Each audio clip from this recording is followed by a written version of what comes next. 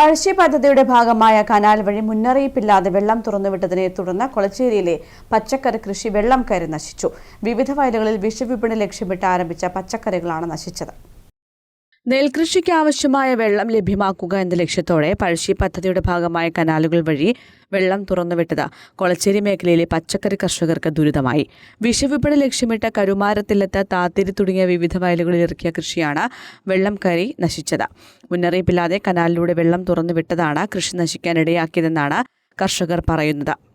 പ്രാവശ്യം വെള്ളം വിട്ടത് അസമത്തായി പോയി തോന്നുന്നത്. എന്താ വെച്ചാൽ കഴിഞ്ഞ പ്രാവശ്യം വെള്ളം വിട്ടിട്ട് ഒറ്റ പ്രാവശ്യം മാത്രമേ വിട്ടില്ലൂ. പിന്നെ അവിടെ വെള്ളം നിർത്തിയായിരുന്നു. പ്രാവശ്യം വെള്ളം വിട്ടു, രണ്ടാമത് ആദ്യം വെള്ളം വിട്ടു. അപ്പോൾ ഒരാഴ്ചക്കുള്ളിൽ 2 പ്രാവശ്യം വിട്ടുകൊണ്ട് നമ്മൾ നട്ട പച്ചക്കറി കംപ്ലീറ്റ് അമിഞ്ഞു പോയി, ചീഞ്ഞു പോയി. കുറച്ച് ഭാഗം പച്ചക്കറി നടാനായി ഒരുക്കി വെച്ച സ്ഥലം പോയി, പച്ചക്കറി നട്ട ഭാഗം കംപ്ലീറ്റ് പോയി.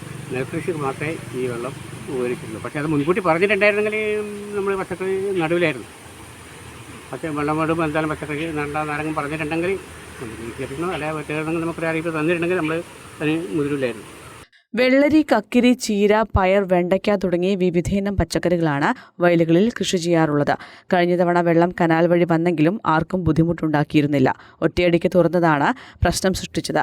റെഗുലേറ്ററിൽ ചീപ്പിട്ട് വെള്ളം തടഞ്ഞുവെച്ചതിനാൽ ചില ഭാഗത്ത് നെൽകൃഷിക്ക് വെള്ളം എത്തിയില്ലെന്നും ആക്ഷേപമുണ്ട്. ഇടവിട്ട് തുറന്നുവിട്ടിരുന്നെങ്കിൽ കൃഷി നശിക്കില്ലായിരുന്നുവെന്നും കർഷകർ പറയുന്നു. News bureau, Irikkur.